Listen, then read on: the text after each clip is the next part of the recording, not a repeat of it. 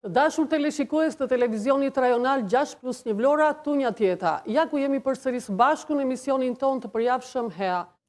Polifonia Trashëgimia që jeton. Akademiku Ramadan Sokoli, një nga studiuesit më të mëdhenj të muzikës shqiptare, ka shkruar Polifonia shqiptare është një univers muzikor më vete, një pasuri e rrallë që kërkon vëmendje dhe ruajtje.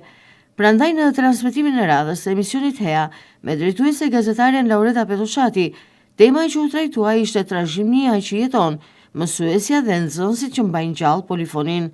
Të ftuar ishin Bukurie Selimaj, këngëtare këngëve polifonike dhe atyre popullore qytetare vlonjate, aktualisht mësuese anglishtes në shkollën e mesme Jani Minga, si dhe Nderi Qarku Vlorë.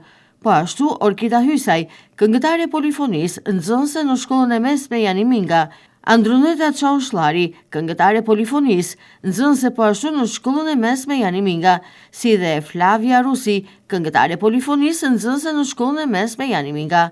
Gjatë emisionit nga të 4 të ftuarat, u theksua fakti se polifonia shqiptare duhet të trashëgohet nga breziri, sepse është një pasuri unike kulturore që pasqyron identitetin, historinë si dhe shpirtin e popullit shqiptar.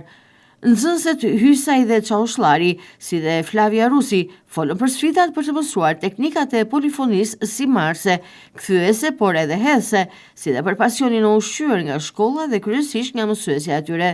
Madje nxënëset Hysaj dhe Rusi, edhe pse vinë nga familje respektivisht nga Librazhdi dhe nga Korça, pra nga trashëgimik familjare me këtë lloj të kënduari, ato e dëshirojnë polifonin se përçon vlera artistike shpirtërore që janë të papërsërishme, e sa ndjesia që ju jep të kënduarit e polifonisë i bën krenare për adhon e tyre. Në emision doli po ashtu në pas se iso polifonia shqiptare nuk është thjesht një mënyrë të kënduari, por një filozofie të bashkëjetuarit në harmoni dhe në kohët moderne, kur zhanret e tjera muzikore janë më të dëgjuarat, polifonia ka vendin e nderit dhe të përkatësisë.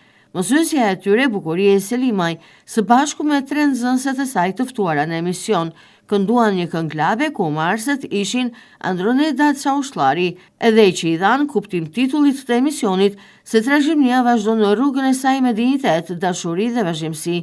Emisioni Hea me drejtuesen gazetaren Laureta Petoshati rikthehet të shtunët me tjera tema.